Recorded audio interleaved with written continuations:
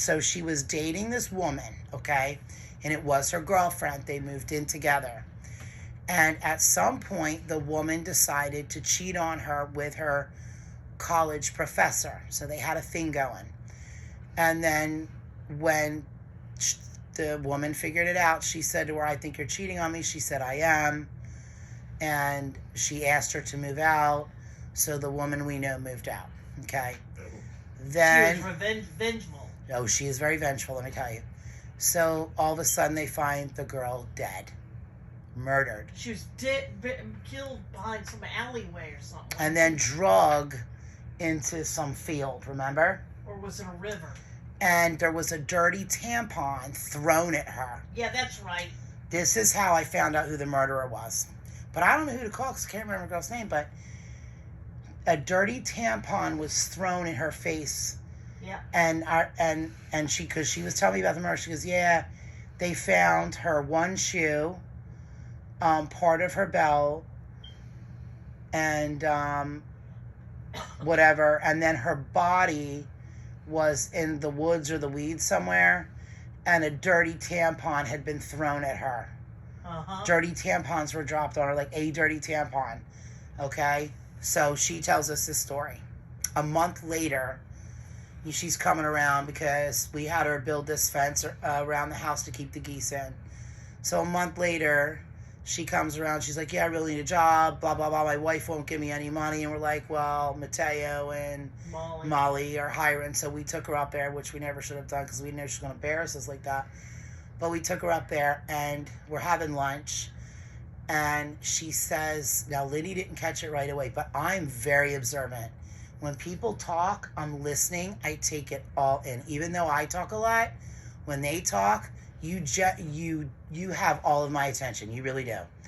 So she's talking, and she says about, this one or that one had pissed her off. And she goes, you know what? She goes, when somebody pisses me off, she goes, I'm not taking any crap. She goes, I'll pull my tampon out and throw it at him. That's so gross. This was a month out. Wow. Yes.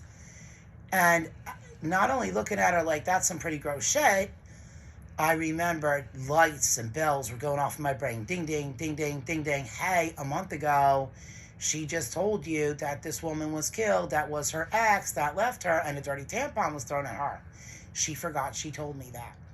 Yeah, because the police, I think, were questioning her, and that was one of the things. They found a dirty tampon on the girl. So why didn't they take forensics?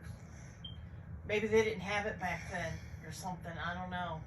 But everybody in the area believes that she did it. The police believe she did it. The FBI believes that she even did it. They all believe she did it. All they had to do is match the DNA. But there's a piece of evidence or something.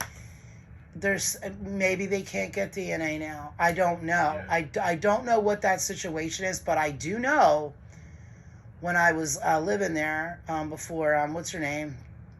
Before we gave her the house,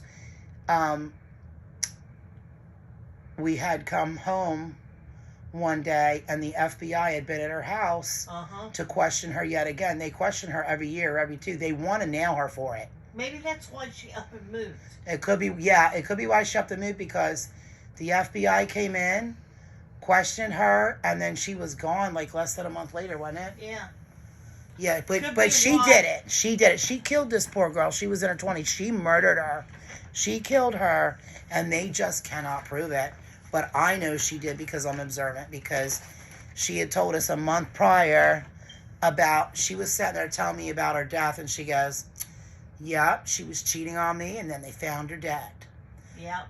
And then she went into the bar that they hung out in, this gay bar, and how all these people, thought she did it, and this guy came in to try to kill her for doing it, but, he couldn't prove shit, but she's the only one that had keys to the apartment. Yeah.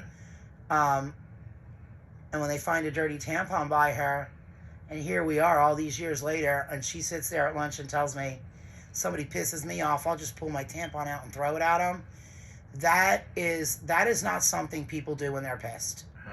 That is, how many people actually did? That's a rare thing. You're going to pull out a dirty tampon. Who does that? Who does that? Yeah. So, yeah, she's the one that killed her. I wouldn't even say that as a joke. Exactly. That's disgusting. You want to pull your tampon out, you should be flushing that crap down the toilet, doing what you're supposed to do with it, not throwing it on some dead body that you just killed. But that's what she did. So, talking about dead bodies, now, Steve, sit up, get with the rhythm of your jaws, because you're going to tell us now about Jeanette De Palma. Now, in New Jersey, we had a girl killed named Jeanette De Palma, and they believe it was a satanic ritual killing. There's multiple satanic ritual killings, though, but I'm going to turn this over to Steve. I'll have my iced tea. Go ahead, Steve. I think they're trying to hide it, though. Honestly, first you got to tell them who she is and what happened. Can't go in about they're trying to hide it. They don't know what they're trying to hide. In the 70s, there was this young girl. Her name was Jeanette De Palma. 70 what? 72 was when she was killed? 1972, yes. Okay, there we go. And she was going to see a friend of hers in Berkeley Heights, I believe. I don't remember the month, but it was 1972. She was going to see a friend of hers in Berkeley Heights, and when she hadn't returned home, her parents, put out a missing persons report. It wasn't until a dog took part of her, I believe it was her arm or her leg home. It was her arm. To its master, that they were able to track where this dead body was found. And they said there was multiple reportings and multiple sightings of like these crosses, ritual crosses, a halo of stones around her body. She was put in like a casket almost made out of sticks. It was just really bizarre stuff.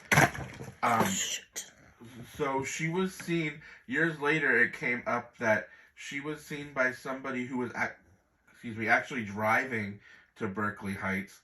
To Berkeley Heights. And she picked her up at like 10:30, 11 o'clock at night, and she said, what are you doing out so late? And she told her she was going to see some friends in Berkeley Heights. So she took her, as far as she could, and said that she watched the girl go up there, because she was only going like a block away from where this woman had lived, I guess. And she seen her go off with this group of friends. Well, lo and behold, she went missing, and then she was found dead. All kinds of satanic symbology was found with her body. They have multiple reportings on this. Cops reported it. Other people who were there reported it. FBI reported it. Now, supposedly, I think it was earlier this year, maybe February this year, maybe it was late last year. I can't remember on that part.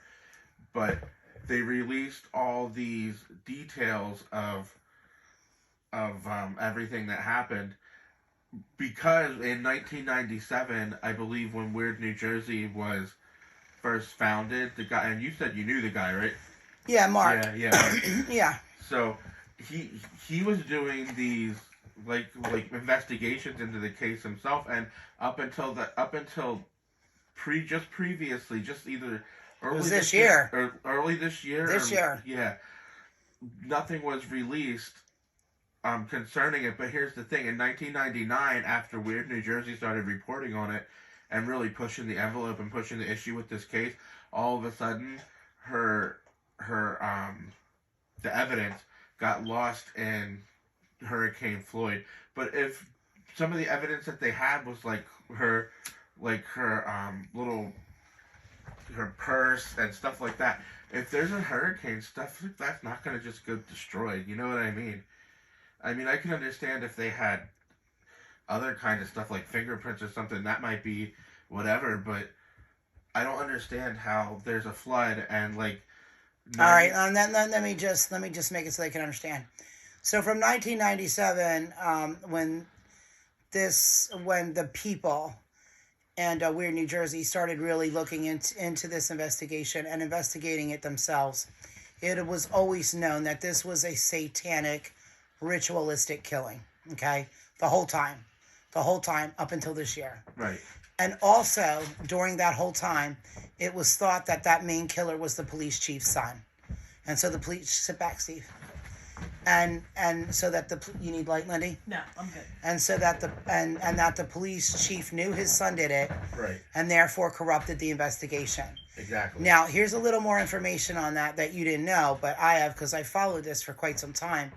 is anybody that came forward. Oh, we'll be right back.